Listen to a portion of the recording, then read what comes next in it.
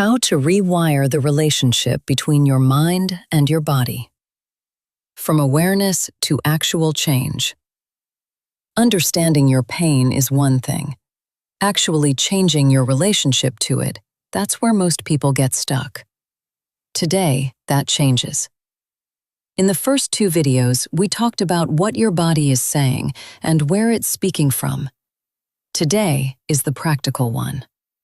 Because insight without action is just a story you tell yourself. By the end of this video, you'll have a real daily framework, something you can actually do, not just think about. And you'll understand the one shift in perspective that makes everything else possible.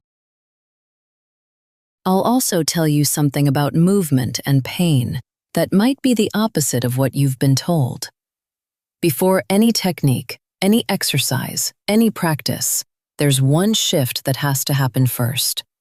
You have to stop treating your body like a problem to be solved and start treating it like a conversation to be had. That sounds small. It isn't. When you treat your body like a problem, you fight it, you resent it, you try to override it.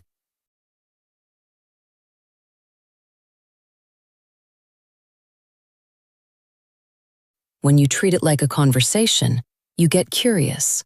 You slow down. You ask questions instead of giving orders, and your nervous system responds to that difference completely. A body that feels heard starts to relax in ways that no massage can replicate. So what does that conversation actually look like? Here's exactly how to start it. The daily framework, 5 minutes that matter. You don't need a 2-hour morning routine. You need 5 minutes of honest attention every single day.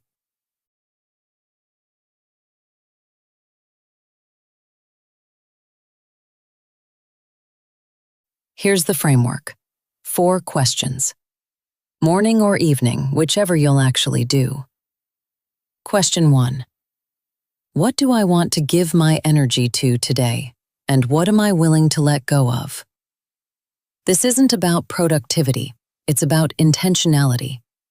When you know where you're pointing, your body braces less.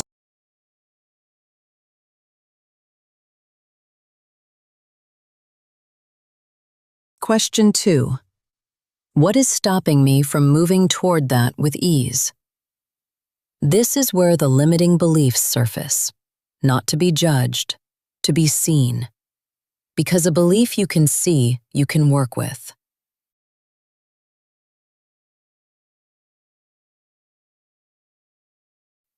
Question 3. What am I grateful for right now, in this body, today? Not a forced gratitude list. One real thing. Gratitude isn't about positivity, it's about attention. Where your attention goes, your nervous system follows. Question 4. Did I do what I intended today? If yes, let yourself feel that satisfaction. If no, what's one small thing to shift tomorrow?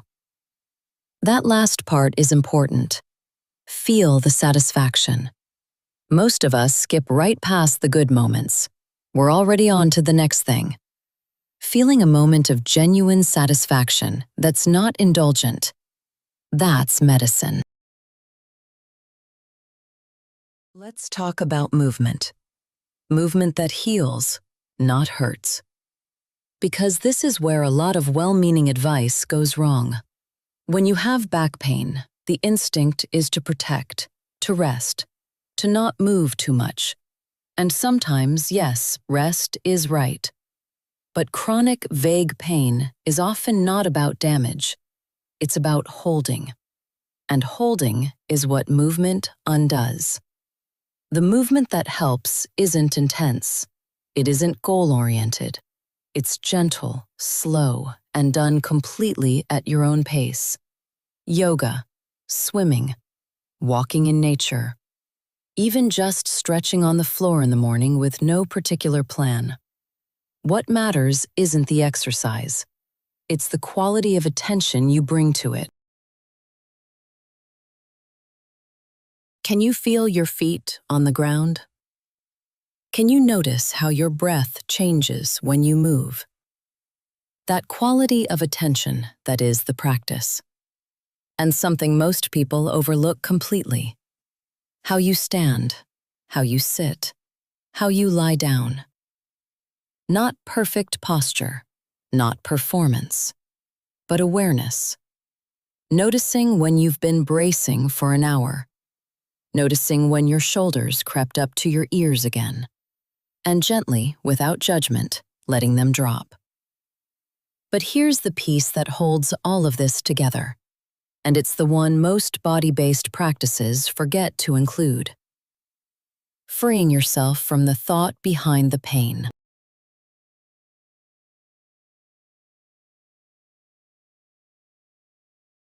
Every recurring pain has a thought attached to it. Not always a conscious one, but always a thought. I have to handle everything. I can't afford to fall apart. If I stop, it all stops. These thoughts create a physical state. That state creates tension. That tension, repeated enough times, becomes your baseline. So the practice also includes this. When the pain rises, pause, just for a moment. Ask, what am I thinking right now? Not to analyze it, just to see it. Then ask, what is the positive intention underneath this thought? Because every limiting belief started as protection. I have to manage everything started as, I want to be reliable. I want to matter. That's not the enemy. That's the seed of something good, overgrown. When you can see the seed, you can work with it. You can ask, is there another way to meet this need? One that doesn't cost me my body? Almost always the answer is yes.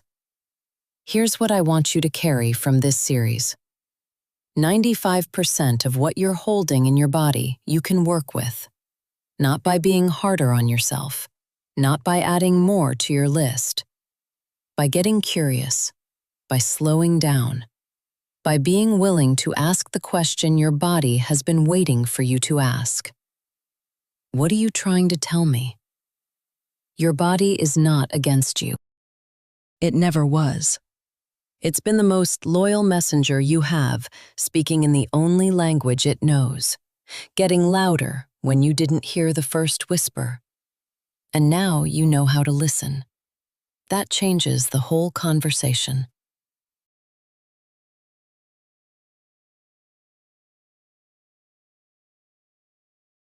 Control comes back not by forcing life into shape, but by understanding what's actually happening inside you. Emotion becomes something you can be with instead of something you survive. Belief becomes something you can examine and choose instead of something that runs in the background of your whole life. That's not a small thing. That's freedom. If this series has opened something for you, I'd love to know. Leave a comment with the one question from these videos that hit you the hardest. Because the conversation that matters most is the one you have with yourself. And if you're ready to go deeper, subscribe, because we're just getting started. Transformation through audacity and authenticity. Shift within. Feel more and live truly. Subscribe, send this to someone who needs to hear it, and follow Shiopa on Instagram and Facebook.